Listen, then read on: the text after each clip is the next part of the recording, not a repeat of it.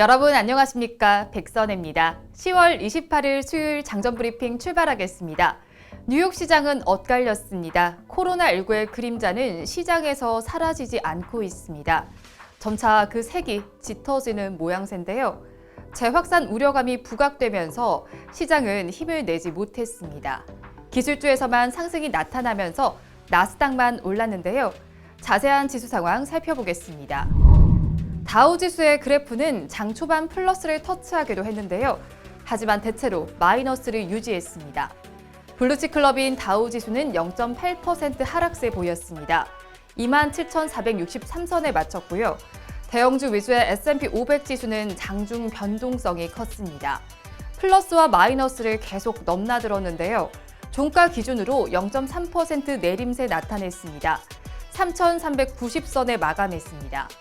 두 지수는 코로나19 신규 확진자 수에 반응했습니다.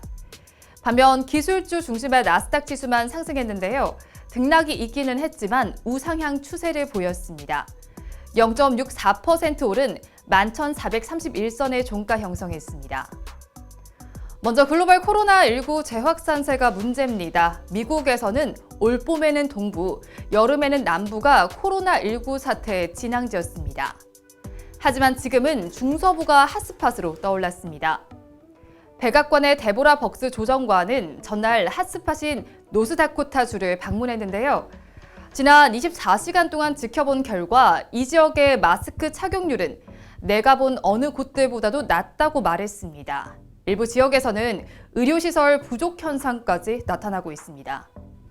유럽 역시도 좋지 못합니다. 유럽 각국들도 다시 봉쇄 조치를 강화하고 있는데요.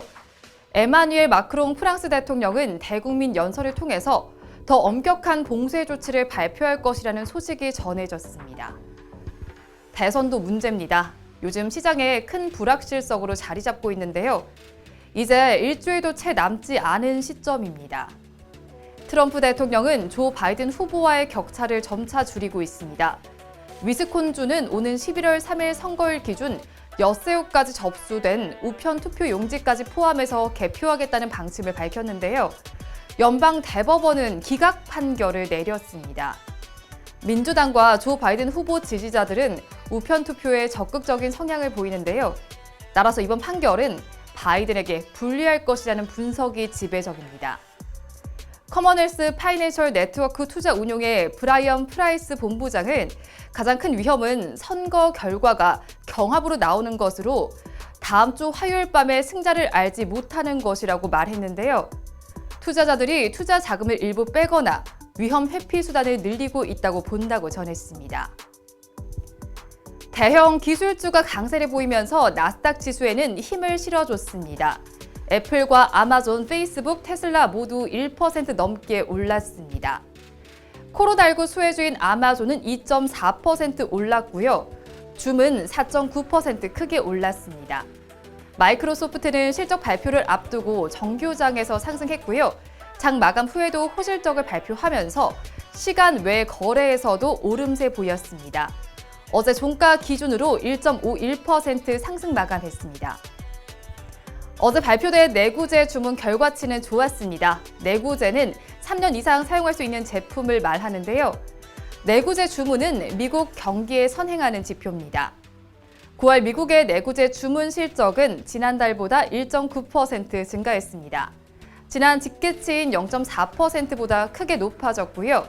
시장의 기대도 뛰어넘었습니다. 국방 분야를 제외한 내구재 수주가 3.4% 늘어나면서 회복세를 주도했는데요. 항공기를 제외한 비국방 자본재 주문은 1% 증가에 그쳤습니다. 한편 내구재 주문은 지난 5월부터 꾸준히 회복세를 보이고 있습니다. 여러 가지 이슈 속에 간밤 뉴욕 시장은 플러스와 마이너스가 공존했습니다. 이어서 뉴스 체크해 보겠습니다. 첫 소식입니다. 미국 시장에서 부담 요소는 또 하나 있는데요. 바로 추가 경기 부양책입니다. 도널드 트럼프 미국 대통령은 추가 경기 부양책 합의가 대선 이후 이루어질 것으로 보인다고 밝혔습니다. 트럼프 대통령은 대선 이후 우리는 당신이 본 적 없는 최고의 부양 패키지를 얻을 것이라고 말했습니다. 트럼프 대통령은 낸시 펠로시는 형편없게 운영되며 범죄에 시달리는 민주당 도시와 주를 구제하는 데만 관심이 있다고 주장했습니다. 협상을 이끌고 있는 펠로시 하원 의장과 문우신 재무장관은 대선 전에 합의를 보기 위해서 수차례 머리를 맞댔지만 여전히 결론을 내지 못하고 있습니다. 화이자가 코로나19 백신 임상시험 마지막 단계를 거의 마무리했다고 밝혔습니다. 현지 시간으로 어제 지난 분기 실적을 발표한 화이자는 4만 2천 명이 넘는 지원자가 코로나 백신 임상시험에 참여했고 3만 6천 명은 이미 두 번째 2도스양의 백신을 맞은 상태라고 발표했습니다. 지난 9월 화이자는 3단계 임상시험 규모를 초반 3만 명에서 4만 4천 명으로 상향 조정하면서 이는 임상시험의 다양성을 돕고 최저 16살의 청소년뿐만 아니라 기존 질환이 있는 사람들도 포함시킬 것이라고 밝혔습니다. 화이자는 다음 달 미국 FDA에 코로나19 백신 긴급 실험을 요청할 예정입니다.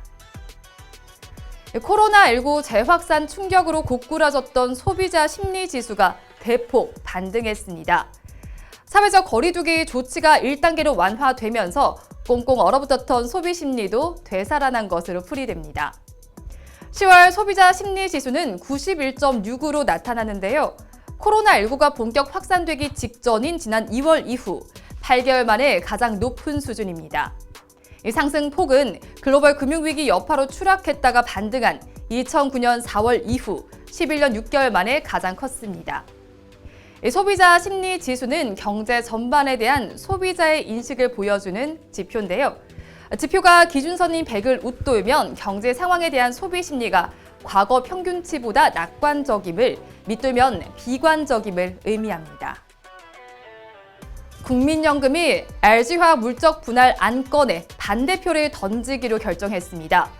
결과적으로 그간 분사에 반발해오던 개인 투자자들에게 힘을 실어주게 됐습니다. LG화학의 배터리 부문 분사 계획이 불투명해져 임시 주주총회 당일에 뚜껑을 열어봐야 결과를 알 수 있을 것으로 보입니다. 국민연금은 분사 발표 이후 모 회사 디스카운트로 인한 주주 가치 훼손이 발생했다고 보고 이런 판단을 내렸습니다. 국민연금 수탁위 일부 위원들은 장기 투자자인 국민연금이 기업의 성장 동력을 빼앗아선 안 된다는 입장을 냈지만 다수의 위원들이 주주 가치 훼손으로 판단해 반대표 행사로 기울며 반대 의결권 행사로 이어졌습니다.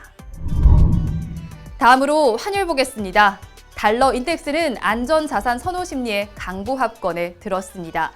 0.03% 오른 93달러 7센트에 마쳤습니다. 원달러 환율은 어제도 내림세 보였습니다. 3분기 GDP 성장률이 반등한 것이 원화 강세를 이끌었습니다. 서울 외환시장에서 달러 대비 원화 환율은 2원 20전 하락한 1,125원 50전에 마감했습니다.